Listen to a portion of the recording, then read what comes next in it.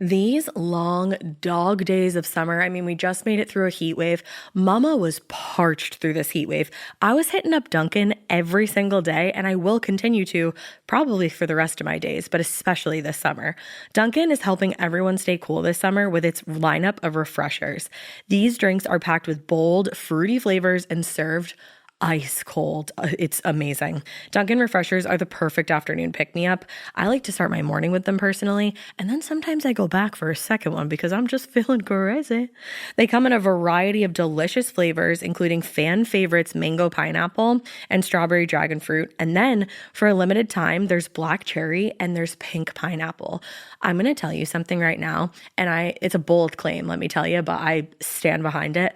Pink pineapple will change your life. It is so good. It has me feeling like I'm sitting in a pool, resort side, just living, honey. It's so yummy. Try your favorite flavor with green tea, sparkling water, lemonade, or Dunkin's all-new limeade. I haven't tried the limeade yet, but I'm going to. Usually I get my drinks made with green tea and occasionally lemonade, but I do really like the green tea. Or if you don't want to build your own, try one of Dunkin's curated refreshers like the Cherry Lime Ricky or the Ultimate Pink Daydream. The Cherry Lime Ricky, scrumptious. I could drink like 3 of these a day. They're so freaking yummy. Head to Dunkin' today and find your favorite refresher. Dunkin' refreshers contain less than 1% fruit juice. Limited time offer. Every good detective needs a partner to support them on important cases. Think of a State Farm agent like your sidekick, there to help you along the way in your search for coverage. State Farm can help you choose the coverage you need, whether it's for your home, car, boat, or even RV. With so many options, it's nice knowing you have help finding what fits for you so you can get back to solving all of life's bigger cases. Go to statefarm.com or use the award-winning app to connect with a local agent and get a quote. Like a good neighbor, State Farm is there. Hey there, I'm Kat. I'm a college athlete.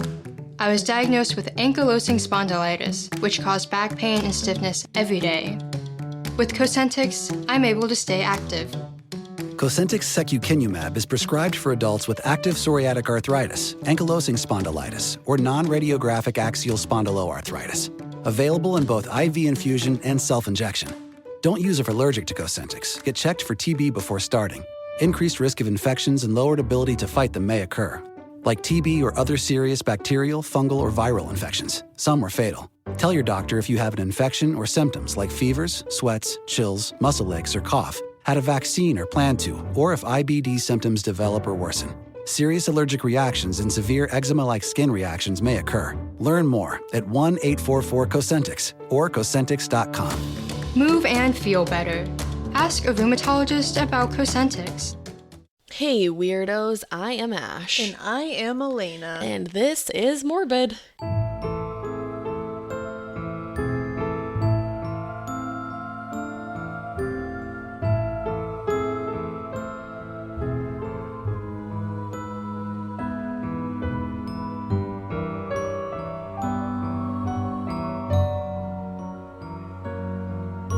It's morbid over here. Oh man, guys. I don't know if any of you have kids. I'm sure a couple of you do. I'm sure at least a handful of you have those little demons. Man, I know like a lot of people told me like when they go to school, get ready, you're going to be dealing with sicknesses every 5 seconds. But I think the pandemic and being home for a year has really doubled down on the like immunity, like... I thought they would get sick like maybe like a few times throughout the year. Yeah. We're 2 weeks out of the last one and everybody's sick again. Sick again.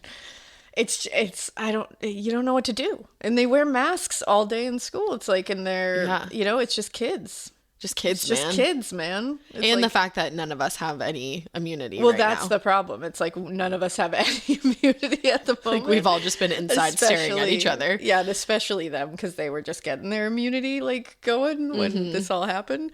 So yeah, it feels like we just keep getting knocked on our asses over here. Especially, I think it's the weather.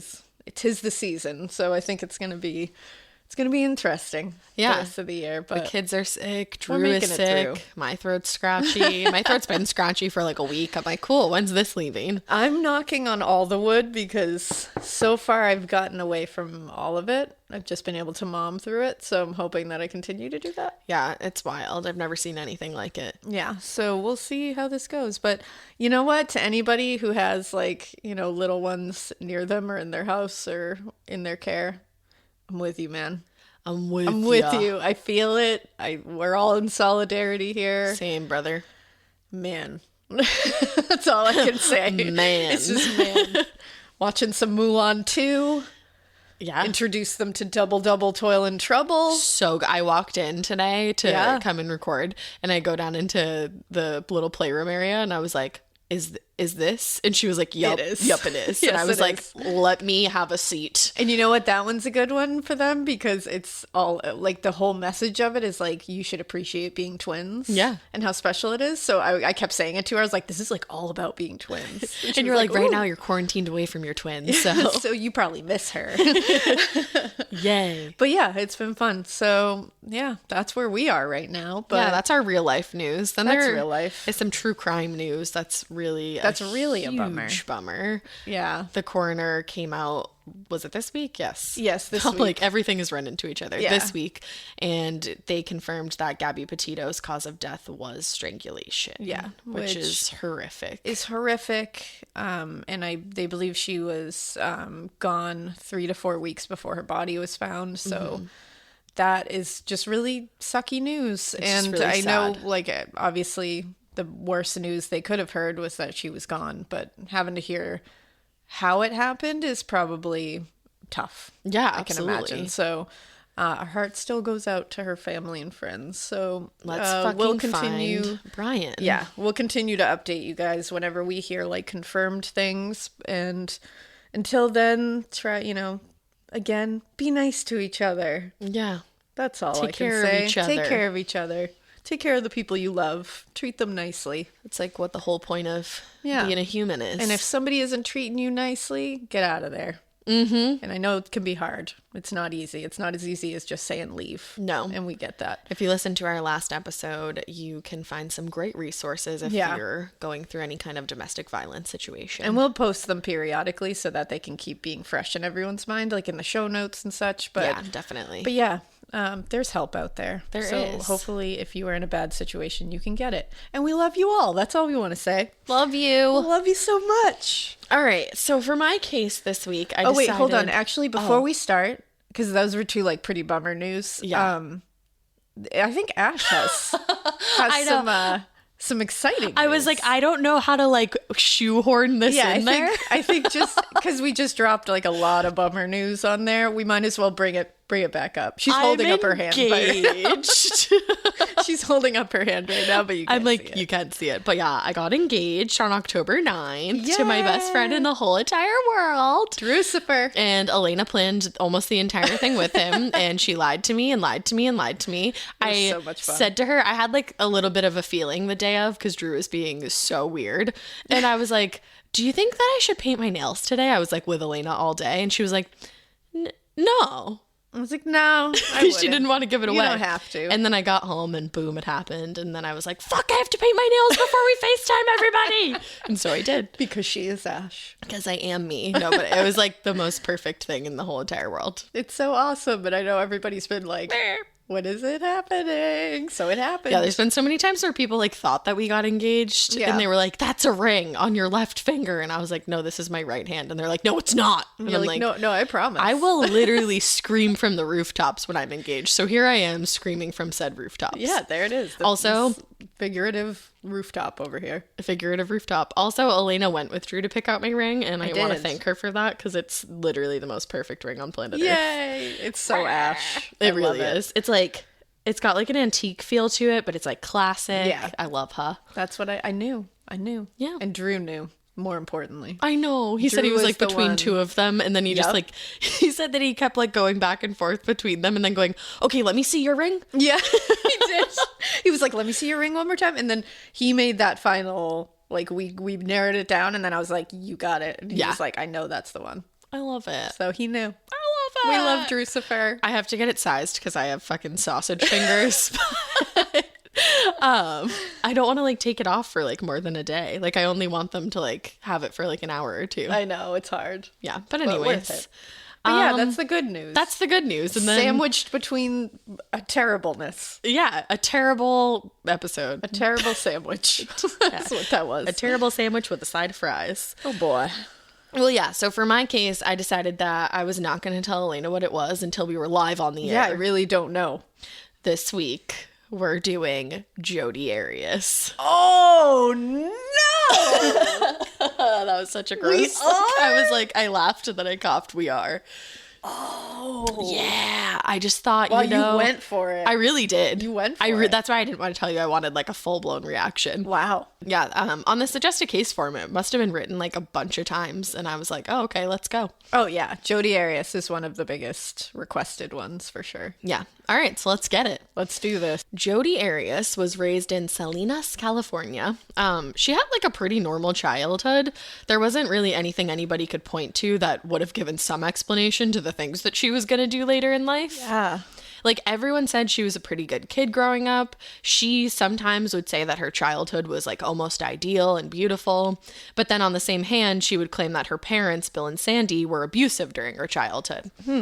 Jodi goes back and forth faster than the pirate ship at the fair. At the fair, exactly. That one that I would never go on. Oh, I love that thing. Oh, it's horrifying to me every time I go by it. Yeah, that's how I feel about this case. Yeah. So yeah, she just like says one thing and then she says another and then she says something that's kind of in the middle. Mm-hmm. But she said that the older she got, the more intense beatings got at her house. Jeez. And that when she was 7 years old, her dad started using a belt as punishment. And then she went on to say that her mom even went as far as carrying around a wooden spoon in her purse wherever they went to serve as a reminder that she could be punished wherever they were.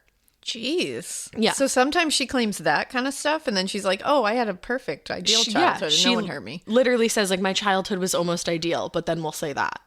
Huh. It's like, what? And her parents have obviously said that the claims of abuse are totally false. And at one point, her mom told her, and she said this during like an interrogation, she was like, you've got this fantasy in your head that you've got a rotten childhood and you need help. So they did note a change in her behavior when she became a teenager pretty early on. The family had moved from Salinas to a really remote place in California called Wairika. Bill was having some health problems and Sandy decided that it would be a good move because they'd be closer to some of the family. But Jodi fucking hated it from the start because it's like a really small place. It's like, it doesn't even seem like California. It seems more like almost, I don't even like the country. Yeah, like rugged kind of. Yeah, like, and she just seems like somebody who needs like things happening around her at all times. Like excitement. Exactly. She doesn't seem like a very like let's relax all the time kind of person. Definitely not. And it was there that she started smoking pot. Her parents were really worried with the sudden change in her behavior, and they kind of had an inkling of what was going on with her like smoking, so they searched her room. And it turned out that she was actually growing her own marijuana plant in her room, like as a teenager. Wow, that's commitment. And it was in 8th grade. Oh, wow. And this was the early 90s when weed was not as chill as it is now. Yeah. So her parents were pissed. Like, they could have literally gotten arrested back then for that. So they called the sheriff to like scare her straight. But from that point forward, she just stopped trusting them and wouldn't tell them anything. And they said they were like, that was the point in time where like after that, she would not speak a word to us about anything in her life. That sucks because they're trying to do. They're trying to parent. Exactly. Like you can't have a weed plant in your room. And like, you can't be best friends with your, like you got to be a parent first. Right. Exactly. That sucks. Getting scared is one thing. Getting a thrill is, well, you want more of those in your life. The Genesis GV70 is built to thrill, baby. A thrilling yet elegant design always makes driving the GV70 an exciting adventure. Its powerful athletic stance screams performance and turns heads. Everybody's looking at you, girl, or boy, or whoever. Command the road and experience a class-leading standard 300 horsepower, oh my God, Plus, discover the different dynamic drive modes for all different terrains. Choose between the different terrain modes for whatever road conditions you may encounter. The Genesis GV70's award-winning technology and performance lets you drive with comfort and drive with confidence all at the same time. It's an exciting SUV with intuitive tech that can make your ride smooth even when the road isn't. And its blind spot cameras allow you to see what's next to you. It's like having eyes in the side of your head. That's pretty iconic. Its performance, by the way, is measured not only in power, but in how it makes you feel confident, sexy. The Genesis GV70. Learn more at genesis.com and feel the GV70. The best summer pieces are the ones you end up wearing on repeat. Comfortable, versatile, and somehow right for almost every occasion. Quince makes it easy to create a summer wardrobe that you'll love, with elevated essentials made from premium materials like European linen, organic cotton, and washable silk, without the traditional retail markup. I love that! Quince's 100% European linen pants, dresses, and tops are the pieces that you absolutely will reach for all summer long. I absolutely love their linen. I have so many pairs of their linen pants, which you can dress up or you can dress down in the summer. Like, say you're going to a nice dinner, you can pair it with like a silk shirt, a really cute necklace, some good, makeup and an updo. Or if you're just looking for a more casual look, you can do the linen pants with like a loose button-up shirt and you still look really chic, kind of like, I don't know, Diane Keaton vibes, I kind of think. Also, it's not just apparel. Quince also offers elevated essentials for your home, from bedding and bath to kitchen essentials and furniture. They have it all, honey. I am a big lover of Quince, and I really do think you will be too.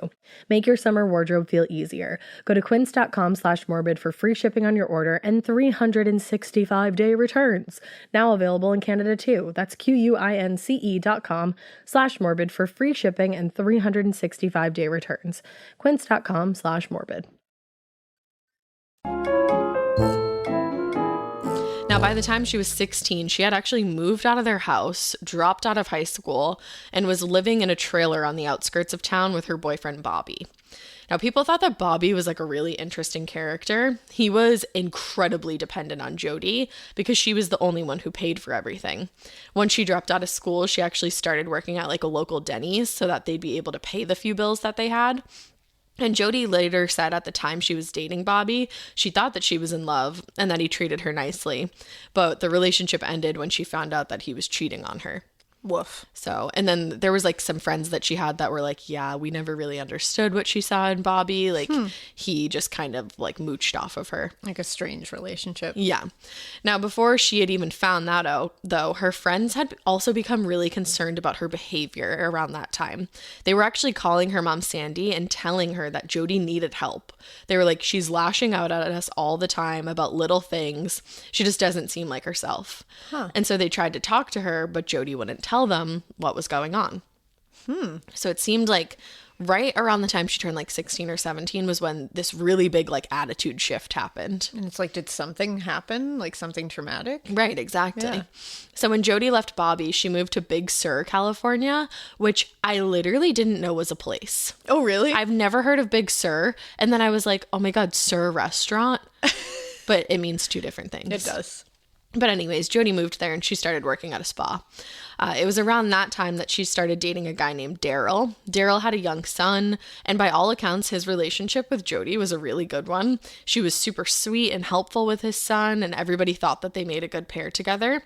And like Daryl's family really liked Jodi, and they were impressed that she was able to kind of step into his life so easily because he was a single father and she's a young girl. Oh yeah, that's a big responsibility to take on. Absolutely. And they were like, she really just kind of rolled with whatever was already going on. Yeah.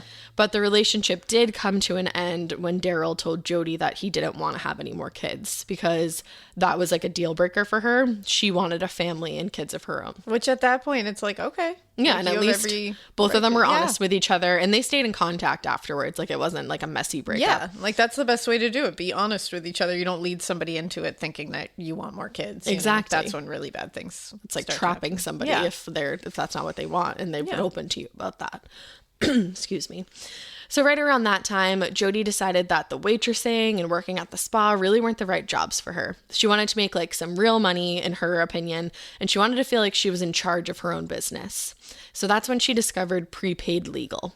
Prepaid Legal was like a multi-level marketing company. Now their name has changed to Legal Shield. But the business, like most MLMs, relied heavily on members recruiting more members. And the more recruiting you did, the higher up you'd be in the company. Yeah. Classic MLM. I was going to say MLM. MLMs, like a minor lesson on MLMs. There you go. Now, so they'd put on these prepaid conventions all the time, and people who worked for the company would give speeches about how great it was. There'd be group activities, like room for people who weren't in the company yet to go and see what it was all about, and then room for the people in the company to recruit said people. You know, it was like a big thing. Yeah. If you've seen the LuLaRoe documentary, it's just like that. I was literally just going to say, just go watch that documentary. Did you watch it? I haven't watched it yet, but I've heard all about it. You gotta watch it. It's literally the same thing. But in September of 2006, Jodi actually went to one of these conventions to see what it was all about. And it was in the lobby of the hotel that she met a man named Travis Alexander. He already worked for Prepaid Legal, and he was doing really well in the company. They started talking about that, and then they kind of got into other things and just really hit it off with each other. With each other. Travis asked Jodi to be his +1 to one of the events going on because he had an extra ticket, and she agreed. So the two of them pretty much spent all night talking. They apparently stayed up in the lobby of the hotel until 4 a.m. And Travis, by all accounts, was really impressed with Jodi, which seemed to be something that a lot of people said when they first met her. They were really impressed with her and like who she was. Like she was able to put on charm. Yeah. And you can see it later on, like in her interrogations and like in interviews and stuff. She has this way of like, yeah, like she can turn it on. Mm-hmm. Right. She can turn it on and she can make you feel comfortable with her. Like you can see how people could fall into that. Yeah, she seems to be like a people person. Yeah. And she was just telling Travis how she wanted to start her own career. And he just thought that she seemed like a really bright and determined girl. And on top of that, he thought that she was really beautiful. So Travis, he was 29 at the time, and like I said, he was doing really well in the company. He was usually one of the motivational speakers at events like these, and that was something that he was incredibly good at. Everybody who knew him was like, he gave amazing speeches. Now, he had worked his way up in the company, and he had a lot of nice things to show for all the work that he'd done. He had his own place in Mesa, Arizona, with a beautiful walk-in closet. He had a luxury car. He had a group of really awesome friends. He was just like living his best life. Yeah, it sounds like everything was going good. But that's not to say that his life has always been sunshine and rainbows, though. He had been born in California on July 28th, 1977, and throughout his early childhood, both of his parents were addicted to drugs. They were both really abusive toward him and his siblings, basically in every way that somebody can be abusive. Oh, that's horrible. He was beaten by his own mom, and then he and his siblings would just be left alone, and there'd be like no food or anything. Oh, that's really sad. They were super neglected. Oh, that kills me. And because he'd been born into such a traumatic environment, he was also really small for his age because he's literally being like neglected, and I can only imagine what was going on. Like malnourished. Exactly, before that. Now, it was when he turned 10 that he and his siblings ended up moving in with their grandmother, and life got a lot better after that. Good. She was the one who introduced them to Mormonism. Travis really connected with the teachings, and he was thriving in his new environment. He loved the church. He was making new friends, and he really felt like he belonged here and like he'd found his way. And as he got older, he continued to practice Mormonism. And a lot of people credit his great recruitment skills in Prepaid Legal to the days when he was a missionary for the church, because you'd also have to recruit people. I was going to say very much the same thing. And even his great speech giving skills too. They were like, yeah, probably that as well. Yeah, he had to be a salesman. Exactly. In a way. He really was. You know? Like he literally was a salesman. Yeah. Now, Travis was honestly really, like I said, in his prime when he met Jodi that September. Now, immediately they were enthralled with each other, and only 5 months later in February, they were like officially dating. Jodi had been raised Christian, but when she met Travis and he started to talk to her about his faith, that was when she decided that she wanted to become Mormon too. Now, Travis was like thrilled with the news. He was really excited about this. And Jodi actually asked him if he would be the one to baptize her in the church, and he did. Oh, wow. Which I didn't know that before. I was just going to say, I didn't know that. Yeah, so he was the one. There's actually pictures of it. Wow. I knew there was like Mormonism involved in the whole, like somebody was Mormon in there. Yeah. I just didn't know who. I didn't know what it was about. So that's interesting. They both were. basically. At one point. I mean, she got baptized in there. So things, like I said, seemed to be going really good. And by all accounts, Jodi and Travis were really in love. But as soon as things kind of hit their stride, they kind of fell apart in no time at all. And things started to get wildly toxic. Uh-oh. Wildly toxic. Uh-oh. They were never apart. And if they were physically, then they were in connection online or on the phone. Over the course of their relationship, they had sent each other about 82,000 emails. Damn, that's emails? 82,000 emails. And they would connect over emails, G-Chat, which I literally don't even know what that is. G-Chat. Is that like Google Chat? Yeah, it's like a messenger thing. Yeah, like AIM or something. Yeah. They would use that. They my would text God. each other. Like, they were never out of contact. Wow. But it was Travis's friends at first who really started getting the bad vibes from Jodi. He kind of had the blinders on. Because at first they thought they were cute together, but then they started to notice some concerning behaviors on Jodi's behalf. During most of their relationship, Jodi was still living in California and Travis was in Arizona. So Travis had these friends who were a married couple, Sky and Chris Hughes, and he really looked up to them. And I think that their house was like a bit of a halfway point for the couple because Jodi and Travis spent a lot of time there. So much so that Sky and Chris let Jodi have a room and gave Travis one too for when they were visiting. Okay. And it was in that house that Sky started to notice the weird behavior on Jodi's end. She was like really possessive over Travis. She didn't like when he would talk to other girls, even if it was just entirely platonic. And she always wanted to sit right by him when they were together because she, quote, didn't like the fact that there was anyone who didn't know they were together. She wanted to make that clear. Oh, yeah. That's So, a like- thing, when you feel like that's something you have to do, there's something wrong here. Yeah, exactly. It's like Something amiss. overcompensating. And, okay, she's a little jealous. Yeah. But then things got to the point where she was listening in on every conversation. She would follow him around or like literally listen to conversations through closed doors. Toxicity. Toxic love. And people just really thought that she was becoming very stalker-esque. Yeah, I would be among those people. This story always gets me. You already know exactly what I'm going to say if you know this case. But Oh, man. Sky was talking to Chris one night about what she was seeing. She was like, I don't really think this relationship is working. Like, I think we need to talk to our guy here. Like, that's our bud. It seems like something bad could happen. So Chris invited Travis up to their room while Jodi was in her room downstairs. Now, I think they had like separate rooms because no premarital sex. Oh, yeah. Yeah. I didn't even think of that. They had a lot of premarital I was just going to sex, say, but- I don't think they really followed that, but it's No, there. But like they were in the house of like their other Mormon friends, so I think they were trying to do the they right had to thing. keep up appearances that they were Right, exactly. following the Mormon religion to a T. Exactly. So anyway, so they invite Travis up to their room while Jodi's in her room downstairs. And basically he was like, we're just concerned friends wanting to make sure everything is okay. And then he and Sky both said Travis didn't seem to notice the weird behavior. So literally as they were having this private conversation, Sky was like, I think I hear something. Like as they're talking to Travis about Jodi's weird behavior, she's like, what was that? And she mouths to them, she's out there. Like she knew that she was out there. And she was like, what? She like literally laughed, like telling the story. Like she's like, it's not funny, but like it was so uncomfortable. But at the moment, it was like, dude, like this is literally proving our point. Like it's right literally now. right in front of you. And she's pointing at the door and Travis is like, no, like you're crazy. Like she's not out there. So he whips open the door and sure enough, Jodi's standing right there. There she and he was is. like, oh He's like, shit. oh, she is out there. There she You is. were correct. And she was like, oh, like I just wanted to make sure everything's okay. Like, is everything good? And he was like, we'll talk when we get downstairs. Like, because you just showed me that you're well, woohoo. That's one of those glass shatter moments where you're like, oh, yeah. Like, oh crap. That stuff isn't normal, like right? in How I Met Your Mother. It's Yes, like, literally. So on top of all that weirdness going on, there was more struggles when it came to their relationship. And this is kind of what we were talking about a second ago. Jodi had converted to Mormonism thinking that it would make her relationship with Travis easier. And Travis thought that was awesome.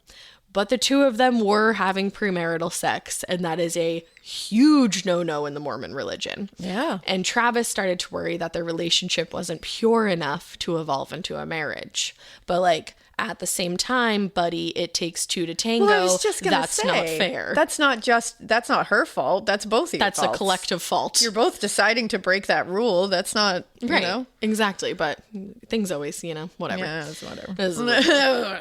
So that was the main part of his faith that Travis really struggled with. And his friends began to realize that. And a lot of people in his life knew that he really just couldn't stray away from his desire, if you will. And you know what? Like, dude, like, you're human. Exactly. It's okay. You can still believe in the things you want to believe and have the values you want to have. Right. And consider yourself a Mormon. Exactly. And still, do what you got to do. It's like, right. As long as you're being a good person, that doesn't make you a bad person. That is the thing that I think is the most important. It's like, as long as you're a good person. And not hurting someone else. And you're not hurting someone else, then why is it anybody's flipping business? It's like, if you're, you're boning, it's fine. Like, you're still like doing all the other things you have to do, I'm sure. Like, yeah. I don't know I literally know zero about Mormonism. Like, I don't know a lot. I've just never looked into it, but I imagine there's other things that you have to like be careful about. Yeah, there's definitely a lot of things. I think I'm sure he was, as long as you're abiding by most of the stuff, I feel like you're good. Yeah, I mean, you can't abide by like every rule in life. Like again,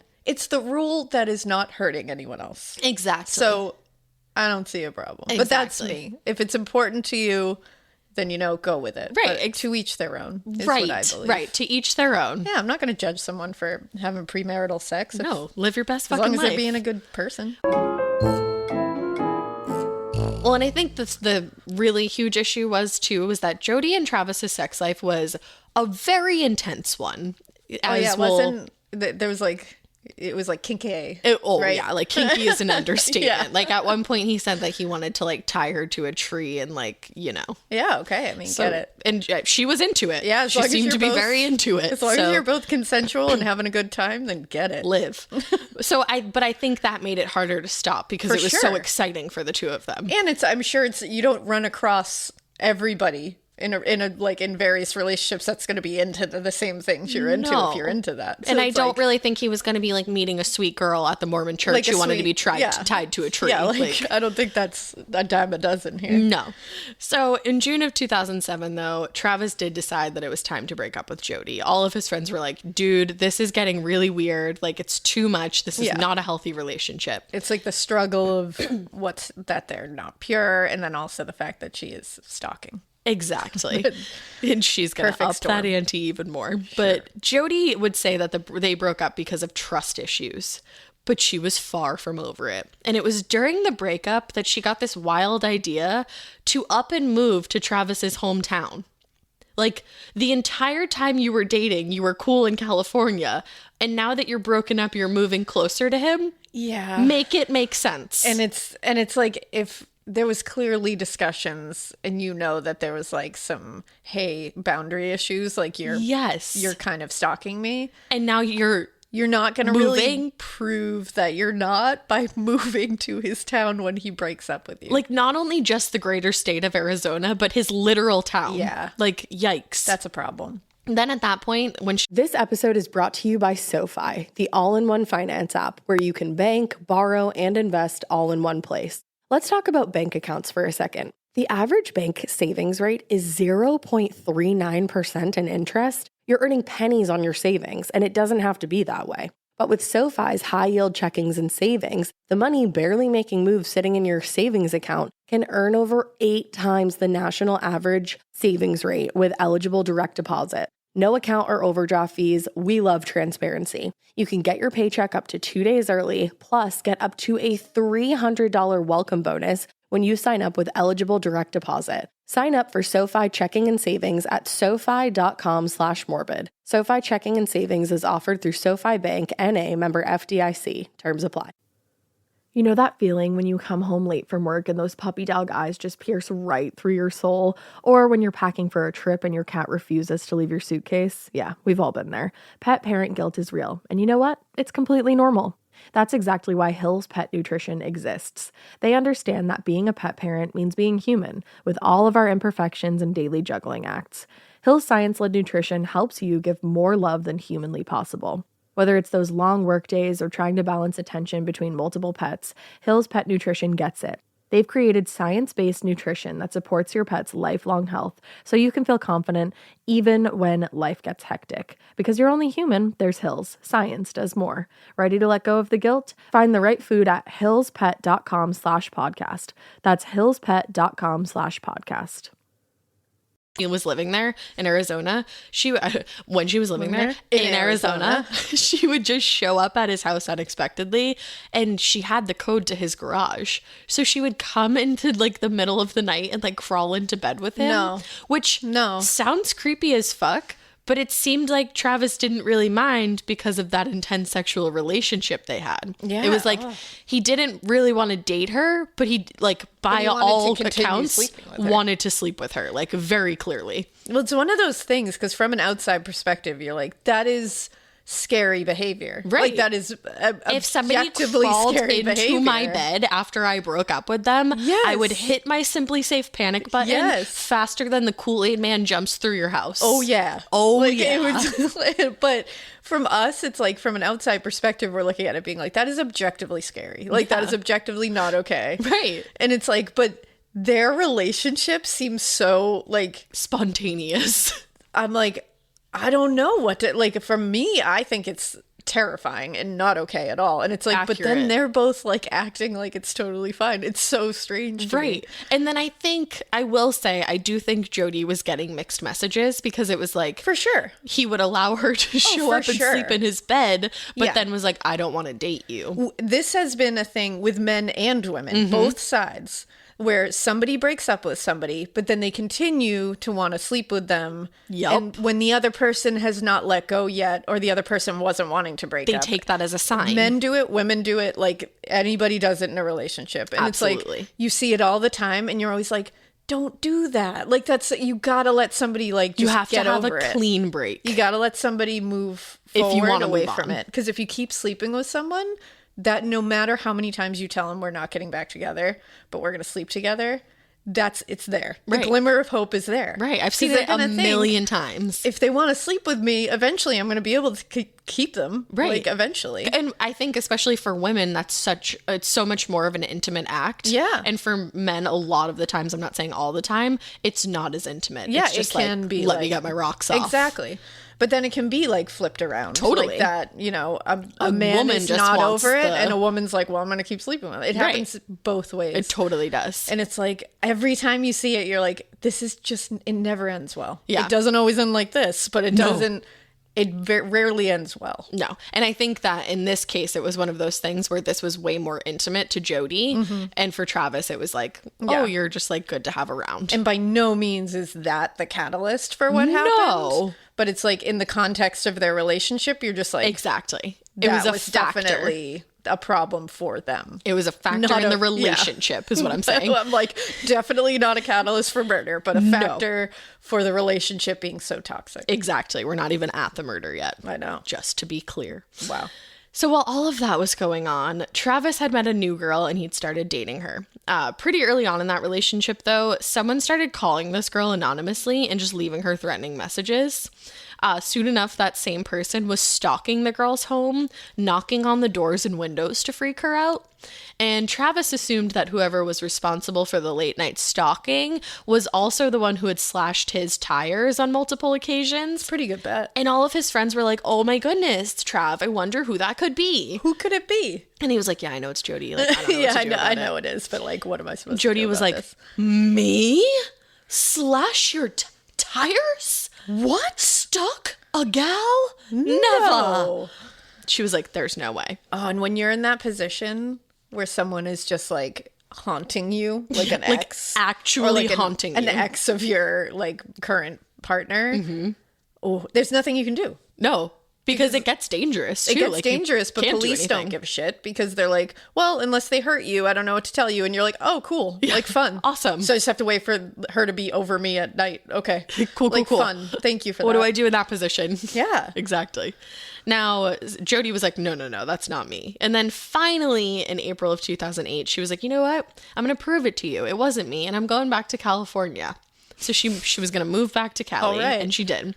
And Travis's friend Sky said that when she and Travis talked about Jodi finally moving out of Arizona, Travis said, I'm getting my life back. Life is a whole new start. She's gone. Oh. And I would assume by that point he was like really getting stressed out with this and was like, okay, like I'm moving on now. Like I do think he wanted to move on. Like I think they were keeping each other tied into this really toxic relationship in one way or another. And I think distance was the only thing that was going to stop that. And it didn't. Unfortunately. Because as we know, that was not the case. Jodi and Travis were still communicating even after she left Arizona. And on May 26, 2008, they appeared to be in a pretty big fight when it came to like looking back at emails and text messages and G-chats. G-chats. They were arguing on pretty much every platform available. And Travis seemed to be mad that Jodi had been flirting with someone. Like, that's what this fight was about. See, this is what always happens. Right. Everybody gets tangled. Exactly. And he was saying some pretty mean things, and she was going back at him saying also mean things. Now, around this time, Jodi had been planning a road trip to Salt Lake City, Utah. There was going to be another prepaid legal convention out there that she wanted to go to, and she was also seeing a guy named Ryan Burns who lived out there. So she planned to go to the convention and stay with him. Now, sure enough, she arrived on June 5th at 11 a.m. And Ryan noticed two weird things when she got there. One was that her hair was a different color. He had met her when she was blonde, and she'd always been blonde, but now she was brunette. And number two, she had a lot of cuts on her hands when she showed up. And he was like, whoa, dude, like, what happened? And she was like, oh, they're from bartending. Like, look how crazy this is. Yeah. Like, I was a bar back for like 3 years and I opened plenty of beers. Never in my life did I have the cuts that Jodi had. No. It doesn't make any sense. No, and especially not in the places where she had them. No. Now, Travis, right around this time, was planning his own trip. He was going to Cancun. And he was going to be going with this girl called Mimi from church that he was interested in. He and Mimi had gone out on a couple of dates, but she really only looked at Travis as a friend. And she was honest and straight up with him about that. And he was like, you know what? That's totally cool. But I invited you to Cancun. Let's go together and see what happens. And she was like, cool, let's go. Now, leading up to the trip, though, Travis just went radio silent, and Mimi was starting to get really worried. And the night before they were supposed to leave the trip, I said that right. The night where they were supposed to leave on the trip, she still hadn't heard from him. So she decided enough was enough, and she needed to reach out to his friends to see if they had heard from him at all. So she reached out, and of course, they had not heard from him. Now, that night, it was the 9th of June, Mimi went over to Travis's place with a couple of his friends to see if they could get a hold of him. Oh, this scene. They were ringing the doorbell and calling him. They saw his dog inside. There were some lights on, but they were getting no answer. So finally, one of them remembered his garage code, and they were able to get in that way. I also was like, Travis, why do so many people have your garage code? Okay, thank you. I was like, this many people should never have your garage code. No, that's why there's a garage code. That's why it's a code. I'm not blaming anything on Travis whatsoever. I'm just saying, like, as a learning lesson for everybody else, don't give people your garage code. Yeah, I think it goes without saying. We're not going to blame any victims here for anything they've done. Obviously not. But yeah, don't give out your garage code to a bunch of people. Maybe just give it to like the closest people to you that like in an absolute emergency, like your mom. And actually, this is not an ad, but if you have a Simply Safe, you can have a specific code that you know, and then you can give a different code to friends if they're coming over. Oh, like yeah. if like they need to like feed your animal or something. That's true. And then you can have another one for when you're panicking and somebody broke into your house and you need the authorities. You can have a false one that you put in there that calls the authorities. Actually, that's my favorite thing is that, it's cool. Yeah, it's awesome. Simply Safe, not an ad. Anyways. No, it's really not, but they're rad. They're rad. So they were like, we have his code. Let's go in that way. So once they got in, they realized that Travis's car was still parked inside. It's always a bad sign. Always a bad sign. Then they walked into his office and they saw that his phone and his keys were sitting right on his desk. Something was clearly wrong here. So then they realized that one of his roommates was home, and they knock on his door and they're like, dude, where's Travis? Like, also, we've been ringing the doorbell for like 45 minutes. What the hell is up? Now the roommate was like, I thought Travis was in Cancun. The whole time he thought that he was in Cancun. And his friends were like, no, he wasn't. And the reason why the roommate hadn't heard them was he was like watching a movie in his room really loud. But that particular roommate had a key to Travis's room in case of emergencies, so he grabbed it and headed down the hallway. As soon as he opened the door and started walking around, he saw blood. And that was in the hallway leading to the bathroom in Travis's side of the house. And when he opened up Travis's bathroom door, there was blood absolutely everywhere.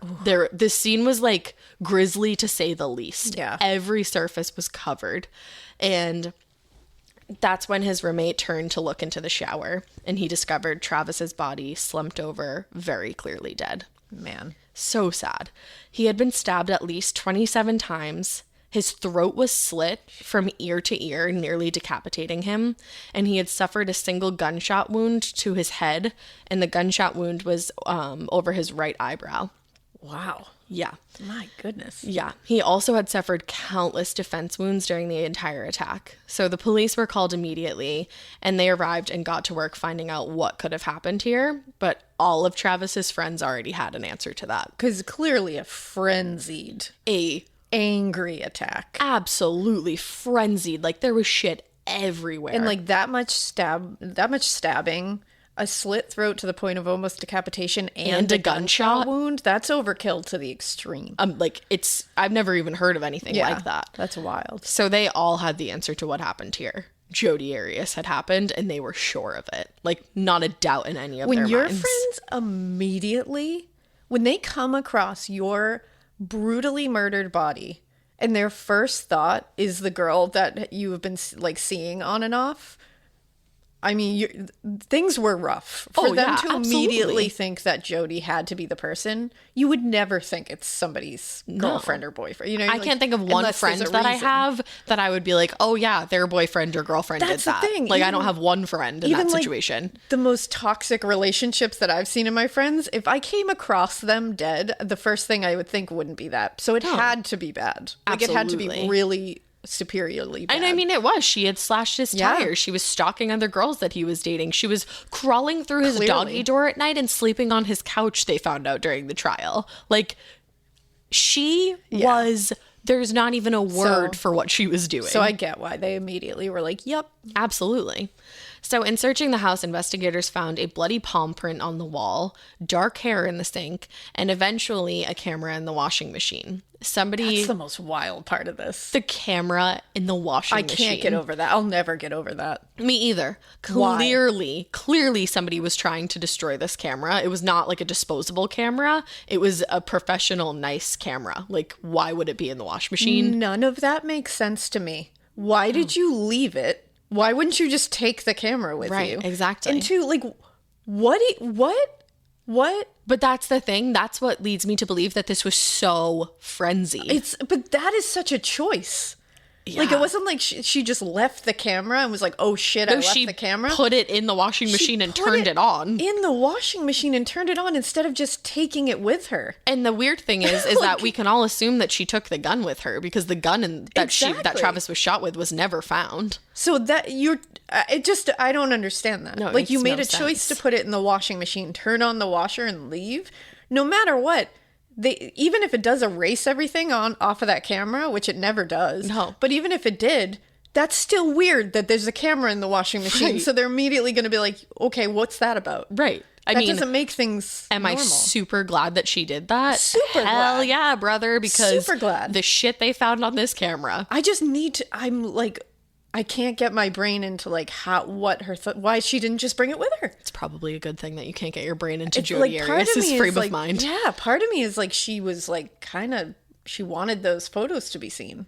Well, I think she wanted them to be seen. I do have a theory that she's a bit of a narcissist. Well, that's exactly. So the only thing I can think of is she wanted people to see that. Yeah. And she wanted people to see Travis like that. But then she didn't want to get caught.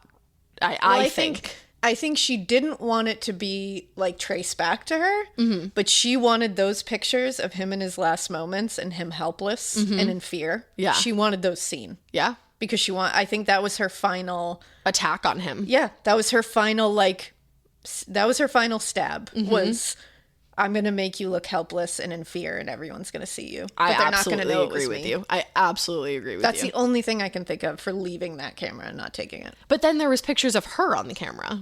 Yeah, that's the... Which is like, I guess that's where the narcissist thing becomes involved. But Yeah. it's like, we'll get into it. Yeah. So, yes, the camera was found in the wash machine and people were like, what the fuck? Like that, why? So weird. So they were able to get the memory card out of it as well. course. And they sent it off to whoever the hell recovers the pictures. Forensic memory card people. Obviously, them. all of them. Yeah. And it took some time, but when those pictures were finally ready, they quite literally told the story of the day that Travis it's had been killed. Horrific. It's beyond. I can't imagine his family. No. Like No. people who care about him and his No. friends and stuff, like having to see his that's a last lot. moments. Those are literally his last moments. And like, we'll get into it, but some, like the way that they're marked, it's like one thing was going on and then a minute and 45 seconds later, done. It's almost like it was just like snap, snap, snap, snap, snap. Literally. Like it's like a storyboard. It is. Now, all of these photos were marked June 4th, 2008. And I am so sure that you guys are going to be so shocked to hear who was in some of these photos. Jodi. Jodi. Yeah. What? Jodi was arrested on July 15th, 2008. And at the time, she was living with her grandparents. Oh, geez. She had told her parents before this that she had to get out of town because she might be blamed for something. But she wouldn't tell them anything more than that. I mean, come on. She like, they were like, what are you going to get blamed for, Jodi? And she was like, I can't tell. I gotta Yeah, I go. don't know. I gotta dip. I just might be blamed for something weird. But still, they were shocked when she was arrested for Travis's murder. Her mother, Sandy, in particular, was so disturbed because she said that she remembered Jodi hearing the news about Travis and like literally breaking down. And she was like, it was so mind-boggling to me that somebody could have done something like this and then acted as surprised as she was to hear about it. Like she was scared. Yeah. Now, and her mom was scared is what I'm saying. Yeah. Now, the detectives were also shocked when Jodi was arrested, but for a completely different reason. She asked them if she could clean herself up before her mugshot. I remember seeing that clip. She literally said to the detective, quote, "This is a really trivial question, and it's going to reveal how shallow I am. But before they book me, can I at least clean myself up a little bit?" My God. And he literally was like, no. No. That's a no. You think that you're just like, and that's the thing. I think she literally thought that she could charm this man into being like, here's some Revlon lipstick, baby. 100%. Like, what the fuck? 100%. Now, they left her in the interrogation room for like a minute, as I'm sure they were probably getting everything together. And they started watching her because she just started singing "Oh Holy Night." And then she did a headstand in the middle of the interrogation room. She just got up and did a headstand for no apparent reason. And she also just started talking to herself. And she was like saying things like, "Bet you're sorry now, brat." It's like, It's like the Jinx. what? It's like the Jinx. It's like Robert Durst when he's like, yep, just talking to himself, like just being like, man. And I'm like, girl, have you ever seen a crime show? Like, that is always what boggles my Yeah. mind in these interrogation rooms when these people do things like this. I'm like, You know you're on camera. like, obviously, like, how do you not understand that? That's why it's like, it feels like they just like go out of themselves for a minute and just like, Yeah. I don't know. 'Cause that Watching behavior that- is just... Yeah. Because watching that clip of her, you're like, what the fuck is going through her head? Yeah. Which, like, I'm glad. This episode is brought to you by SoFi, the all-in-one finance app where you can bank, borrow, and invest all in one place. Let's talk about bank accounts for a second. The average bank savings rate is 0.39% in interest. You're earning pennies on your savings, and it doesn't have to be that way. But with SoFi's high-yield checkings and savings, the money barely making moves sitting in your savings account can earn over 8 times the national average savings rate with eligible direct deposit. No account or overdraft fees. We love transparency. You can get your paycheck up to 2 days early, plus get up to a $300 welcome bonus when you sign up with eligible direct deposit. Sign up for SoFi checking and savings at SoFi.com/morbid. SoFi checking and savings is offered through SoFi Bank, N.A., member FDIC. Terms apply. You know that feeling when you come home late from work and those puppy dog eyes just pierce right through your soul? Or when you're packing for a trip and your cat refuses to leave your suitcase? Yeah, we've all been there. Pet parent guilt is real. And you know what? It's completely normal. That's exactly why Hill's Pet Nutrition exists. They understand that being a pet parent means being human, with all of our imperfections and daily juggling acts. Hill's science-led nutrition helps you give more love than humanly possible. Whether it's those long work days or trying to balance attention between multiple pets, Hill's Pet Nutrition gets it. They've created science-based nutrition that supports your pet's lifelong health, so you can feel confident even when life gets hectic. Because you're only human, there's Hill's. Science does more. Ready to let go of the guilt? Find the right food at hillspet.com/podcast. That's hillspet.com/podcast. I don't know. Yeah, the whole thing, especially like you brat, like what you did. I'm like, what? And I'm like, are you talking to yourself or like 100% she is. Yeah, like, but it's like, do you think you're like someone else talking to yourself? Like, look what you did. Or like, were you sitting there trying to make it seem like... Thank you. Because that was the next thing I was going to say was, and then I think maybe these people do this because they know they're on camera and they can make it look, because then people are going to go, why would they ever talk like this? Right, they could get an insanity plea. Well, because they must be, they must be insane. Right. We're going to be able to get that. Like, right. Because if she's sitting there talking to herself, she can make it seem like she hears voices. Exactly. Yeah. It was just really That's bizarre. wild. Now, before they took her mugshot, she asked the person taking it how her hair looked, and then she fixed her hair and smiled in her mugshot while she was being booked for murder. Yeah. Murder. I can't with that. No. There's no excuse for that. No. There's no excuse for that. No. Because you can say a lot of things about like behavior after stuff. Like I remember, with the Amanda Knox thing, people really harped on her, like, cartwheel or whatever she was doing, like yoga or something. Like, right. And it's like, yeah, that's weird. Like that's right. weird behavior for sure. But it's like, it's such a different situation than any of us could ever put ourselves right. in. I don't know what I would be doing. Exactly. But the mugshot stuff. Right.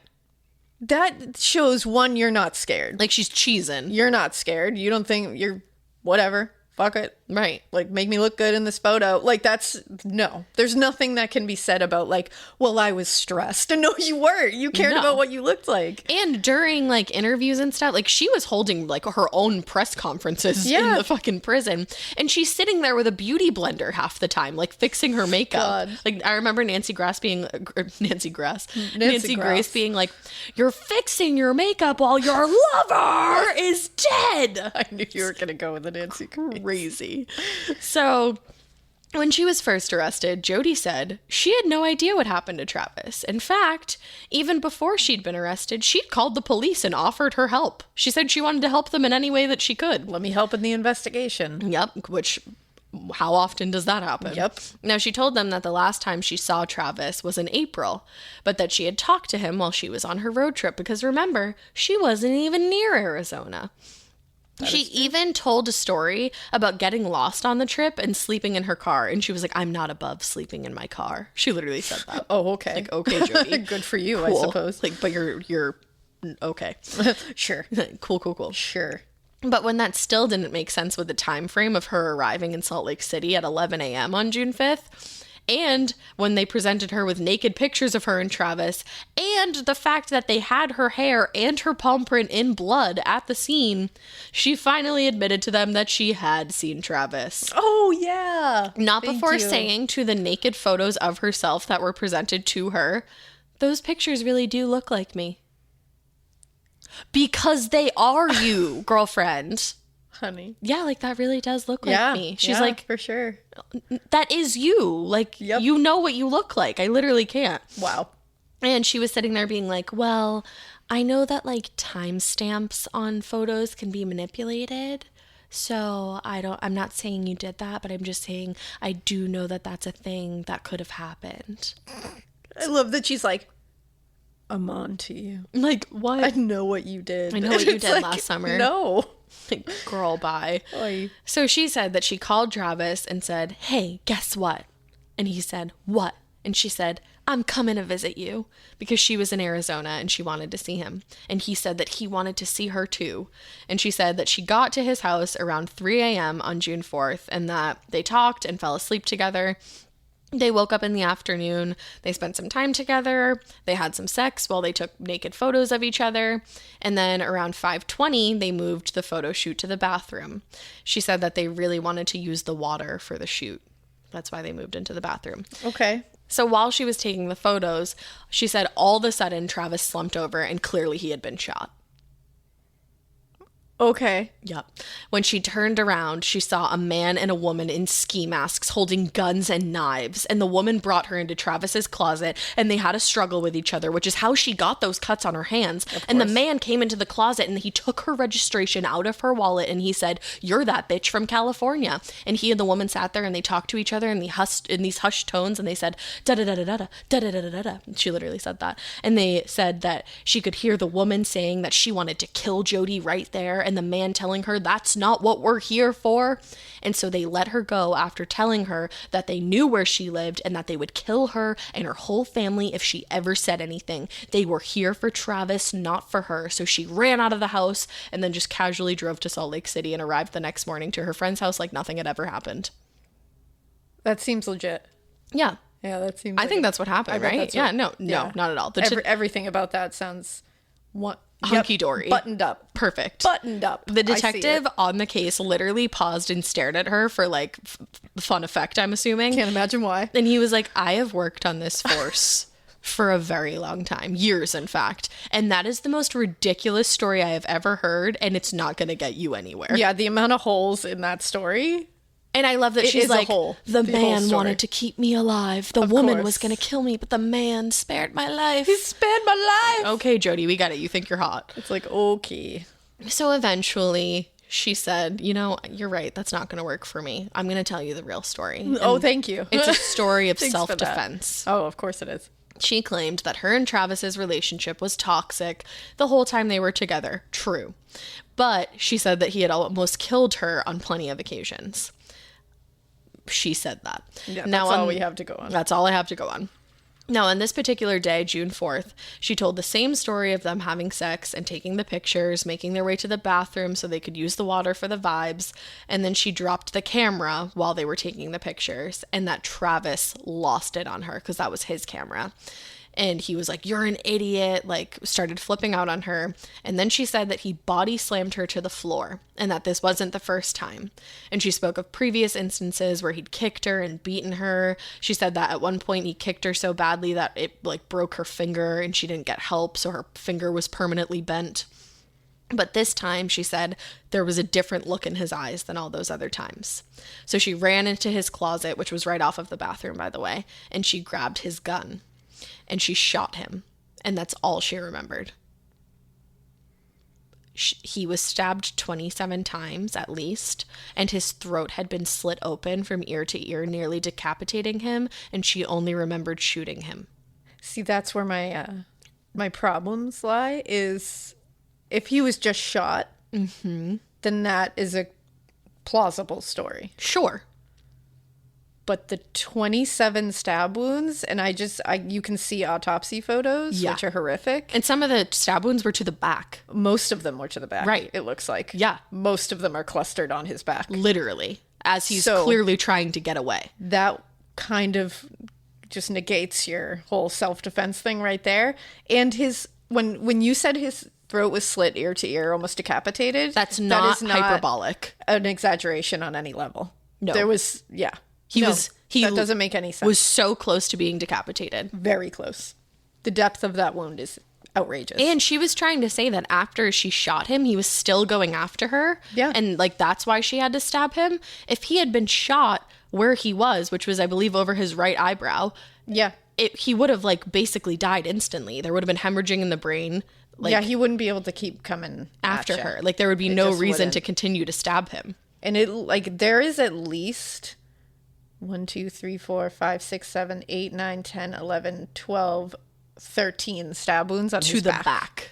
From what I can see. Exactly. Which, like, if you're going to claim self-defense, you can't stab somebody 13 times in the back. You probably shouldn't do that. No. And again, she didn't remember stabbing him. No. She said the next thing that she remembered after that was waking up in the desert. But then, on the same token, she said that she remembered hearing the sound of dropping the knife on the floor and how it clanged. And I'm like, but you said you didn't remember any of that. You said the next thing you remembered was waking up in the desert. So what's the story? Which one is true? So this trial was one of the biggest in media history. People were literally buying seats inside of the courtroom for $200. They were flying from places all over America to get a chance to see everything play out themselves. And Jodi herself was on the stand testifying for 18 days, which is something that really doesn't happen a lot in cases like this. Like, it very rarely very happens. rare. There was a lot of back and forth with the defense attacking Travis's character because that's just how these things go. Yeah, of course. So fucked, but that's the way they do it. Of course. And they said that he was an abuser. They also went as far as saying that he was a pedophile. Oh, I remember when that was a part of the whole thing. Yeah.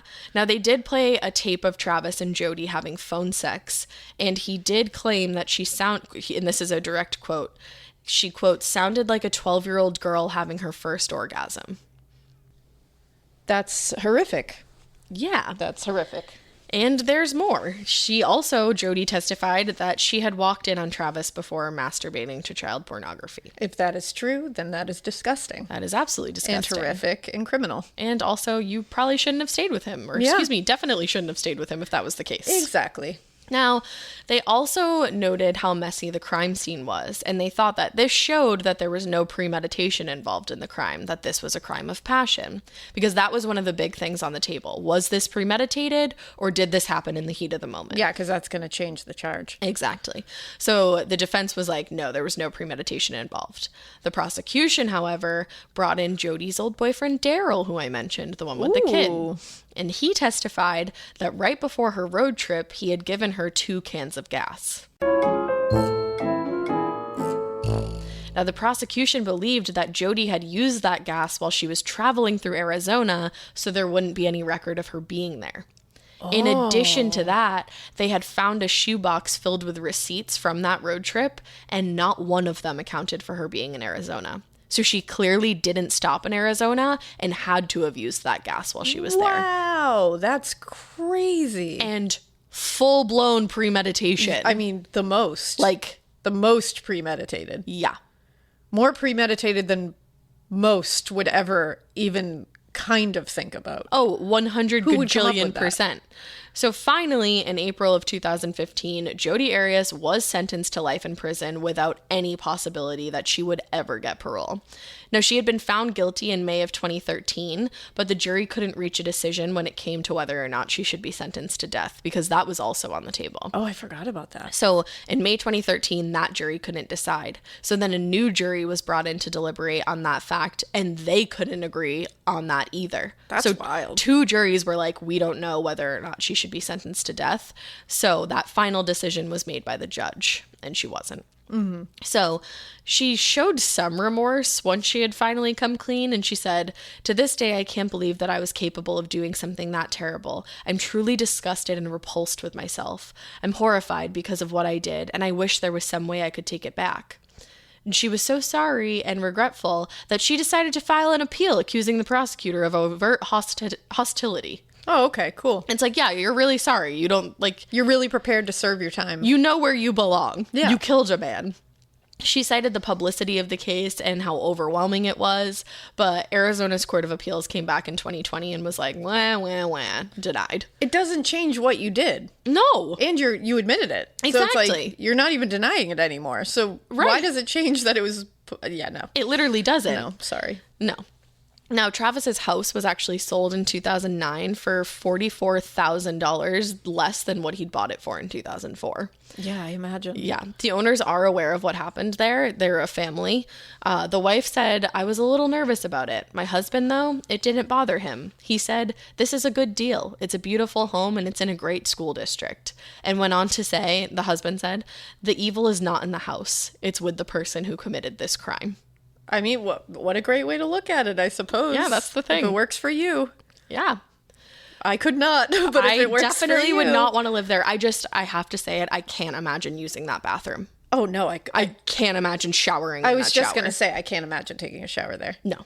That would be the most haunting thing on the face of the planet. Wow. Yeah, so that's the story of Jodi Arias. That is intense. And I think some people are still divided on whether or not they think that it was like self-defense or if they think that she really did this. I think most people, I mean, she really did this. I think most people are on the side of like, she planned this. Yeah, because it seems like it was. As soon as we got that gas, I was like, yeah, once you get to that gas, it's like, ee. And then the camera aspect of it all. The camera aspect of it all is so wild. Because there's those photos. The photos on the camera are there's one that is literally him looking at the camera and he's like, what the fuck? He's confused. And then there's one of him lying on the floor, clearly like there's blood dripping from his shoulder, and there's a foot with like pants, and they were like, Jodi, those are your pants, we know they are. Yeah. So it's like she was there and literally she did it. Taking photos of him afterwards. Yeah. That's not self-defense. No. That's like, I'm enjoying this. Exactly. And it's the overkill involved, and the 13 or plus, however many are actually on the back, stab wounds on the back. And then the whole thing of like her changing her story and saying that there was like people in ski masks. Yeah. And it's just like.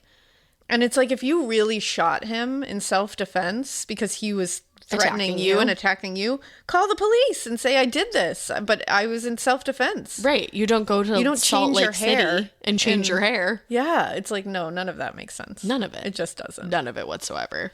She is guilty as fuck, and I think she planned this. Yeah, I definitely think she's guilty as fuck. What do you think? What do you think?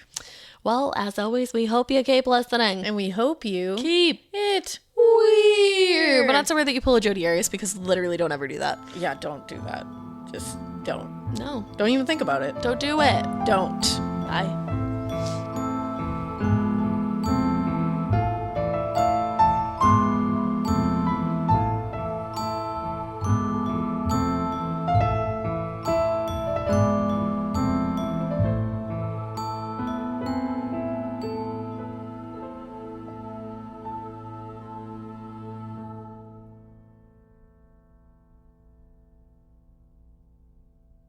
Do you remember in school when you just knew that your teacher had a favorite of everything? They would always use the same blue dry erase marker when they wrote on the board, or they would talk nonstop about their favorite element during science. I had a teacher once that literally had a favorite brand of marker. She would only write with specific markers, and if another marker ended up in her classroom, she was TO'd. And honestly, I was probably her favorite student because at the end of the year, I got her that specific brand of marker. Let's talk about their real favorite thing though, their favorite tissue brand. Kleenex. According to Teacher List, they are the #1 facial tissue trusted by teachers. Kleenex Ultra Soft tissues are silky soft to help prevent skin irritation, and now you can take them anywhere with Kleenex Snap and Go. I absolutely love Kleenex Snap and Go. It's so perfect to have that in your car. I had a cold last week and I was just, honey, my nose was a faucet. I hate to do this to you, but it was disgusting. Drew literally came out of our garage with like 15 of the Kleenex Snap and Goes, and I put those in my glove compartment, and honey, they were easy access. It was so nice knowing that I didn't have to blow my nose into like an old wrapper that I had. Ew. So do the best thing for your kids' teachers and stock up on the ultimate classroom favorite. Maybe it'll make them their teacher's favorite student. They definitely have a favorite. Don't even get me started because, again, you know it was me.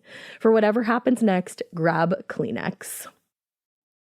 The Sherwin-Williams summer sale is here. Get 30% off select paints and stains or 35% off their newest product, Emerald Symmetry, July 17th through the 27th. Whether you're looking to refresh your interior or your exterior, they've got the colors to bring your vision to life. And with delivery, getting everything to your door is easier than ever. Shop online or visit your neighborhood Sherwin-Williams store. Retail sales only. Some exclusions apply. See store for details. Delivery available on qualifying orders. Nothing beats tradition, like weekly game nights at Mom's house. And Tostitos, crafted with masa made the traditional way, starting with whole corn kernels, with flavors worth gathering around, like a hint of lime and Mexican street corn. And no artificial colors, flavors, or preservatives. That's the Tostitos way. Bring Tostitos to your next game night, and you'll be winning either way. Tostitos, tradition matters. This episode is brought to you by Opill, the first over-the-counter daily birth control pill available in the U.S. Opill is FDA approved, full prescription strength, and estrogen-free. Plus, there's no prescription needed. Finally, the days of needing a prescription for birth control are over. Opill is available online and at most major retailers. Take control of your health and reproductive journey with Opill. Birth control in your control. Use code BIRTHCONTROL for 25% off your first month of Opill at opill.com.